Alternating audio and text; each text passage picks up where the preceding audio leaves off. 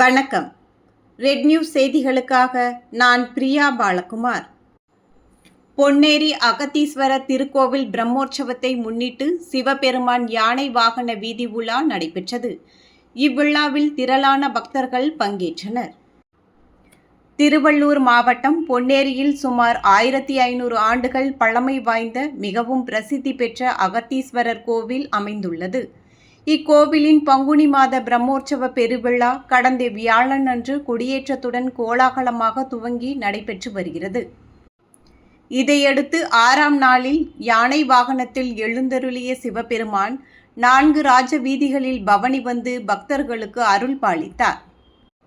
முன்னதாக சிவபெருமானுக்கும் பார்வதி தேவிக்கும் சிவாச்சாரியார்கள் சிறப்பு வழிபாடு நடத்தினர்.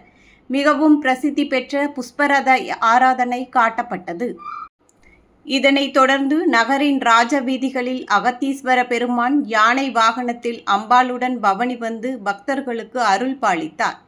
இவ்விழாவில் ஏராளமான பக்தர்கள் பங்கேற்று எம்பெருமானை தரிசித்து சென்றனர்.